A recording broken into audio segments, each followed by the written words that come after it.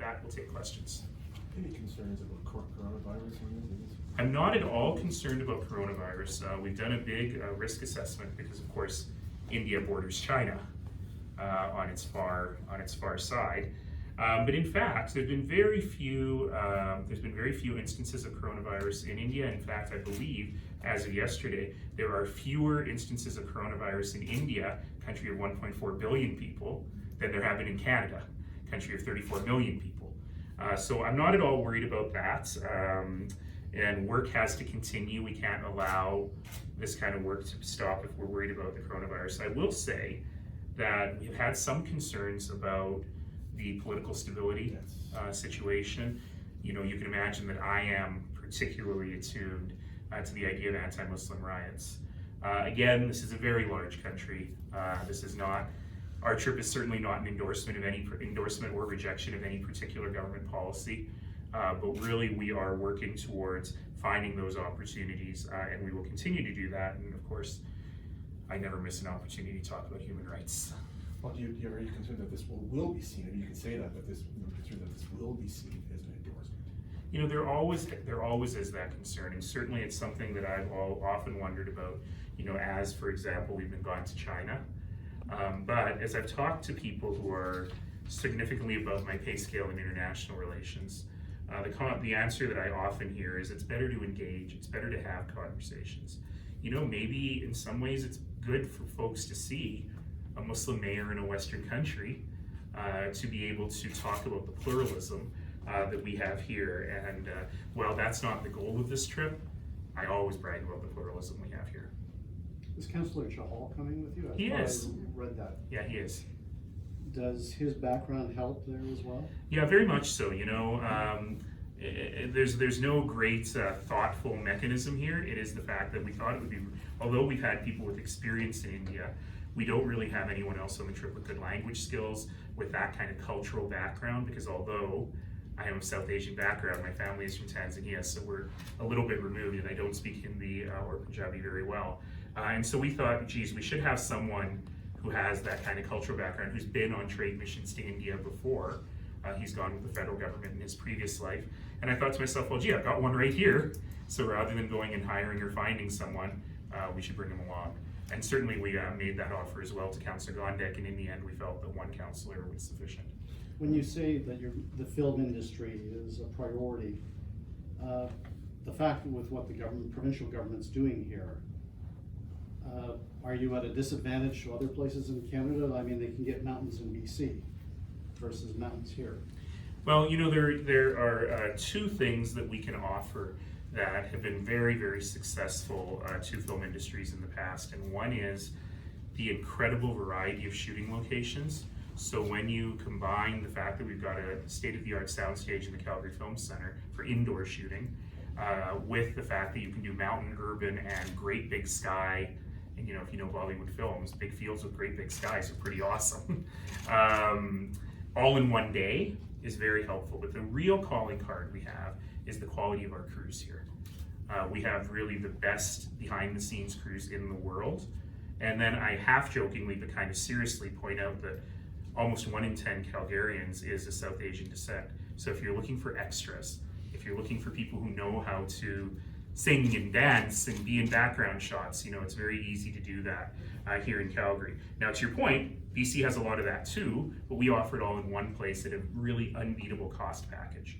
Now, that said, we have been working hard with the government of Alberta to get the tax credit situation right for film.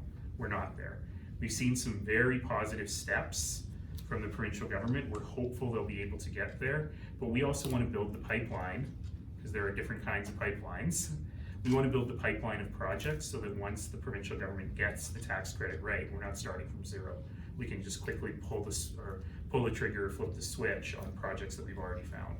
And are you involving the province at all in this trade mission, using some of their resources? They are not an official partner on the trade mission. We've done lots of trade missions with them as a partner. This particular one, because it's short and focused, we didn't want to bring the whole world along. It's a very small group. But at the same time, we always work in concert with Economic Development Alberta and the work that they do. Did you want to add anything to that, Yeah, Mary? I would just say, you know, Sorry, Mary, yeah, can you sorry. go ahead? You know, both Minister Furr and Minister Prasad have been very active.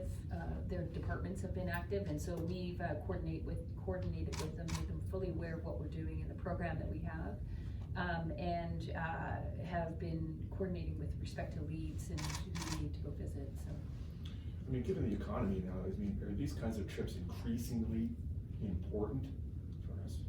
yeah, absolutely. I mean, you know, our job is to look for the future, right? Not the next 5 years, but the next 25 years. And so establishing these relationships are really quite critical. And, you know, the first indicator to us was the number of leads that we started to have. And the mayor talked a little bit about it.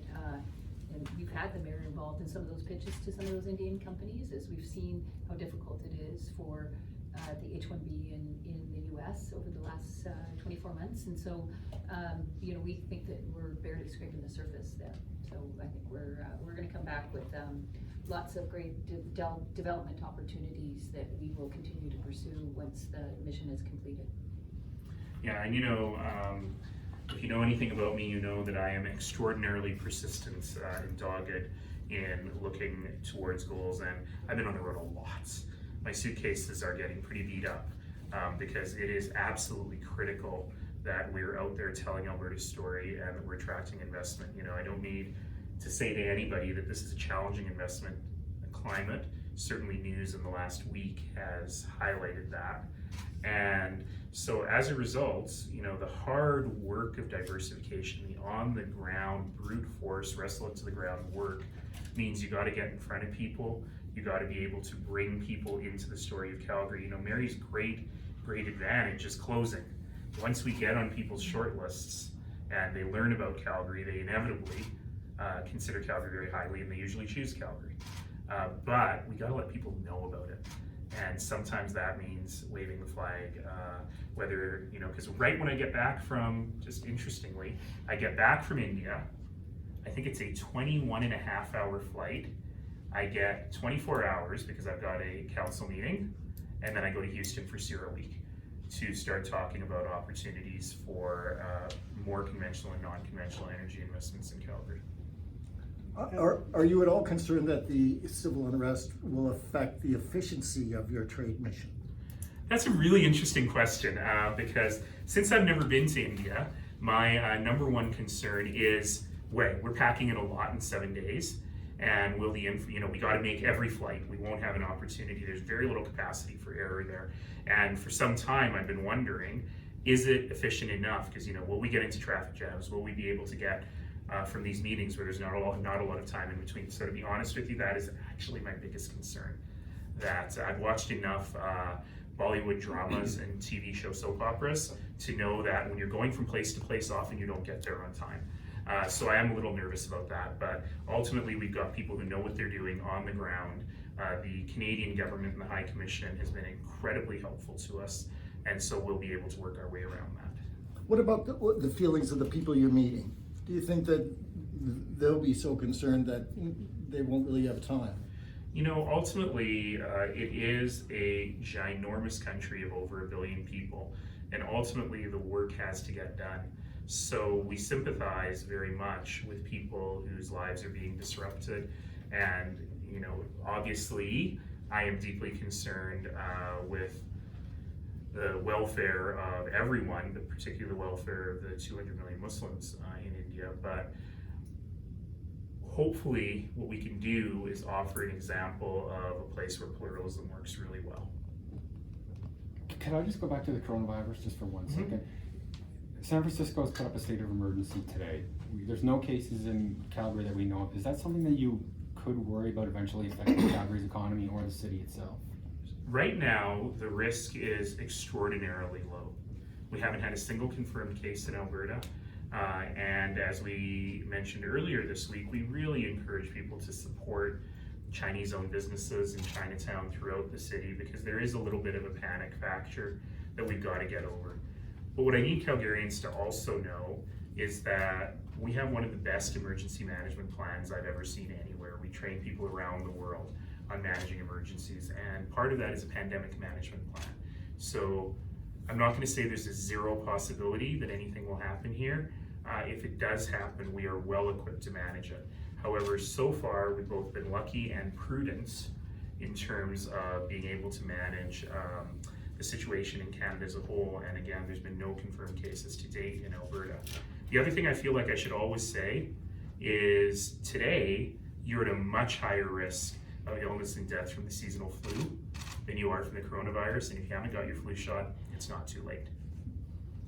The cost of the trip and who's paying for the trip? That's you. Sure. The cost of the entire mission is $90,000, which includes the travel of our staff as well as the two political officials. The post-secretaries are paying for their own travel. And it includes all the events, the 100 events and meetings that we're having as well. So, and it also includes things like media and marketing materials that are being produced there, as well as a longer-term development investment that we're making, because this isn't a one-and-done thing. This is the beginning of a long relationship that we will be having. So, you know, we will, as an organization, be back in that market frequently. And so we have to invest now to ensure that we're establishing those relationships.